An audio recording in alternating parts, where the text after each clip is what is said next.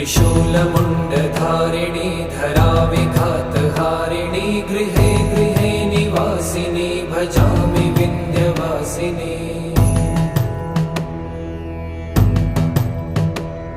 दरिद्रदुःखहारिणी सदा विभूतिकारिणी वियोगशोकहारिणी भजामि विन्ध्यवासिनी।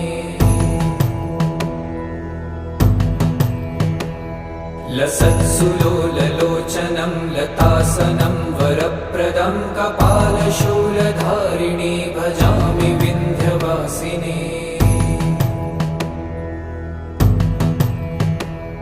कराब्जदानदाधर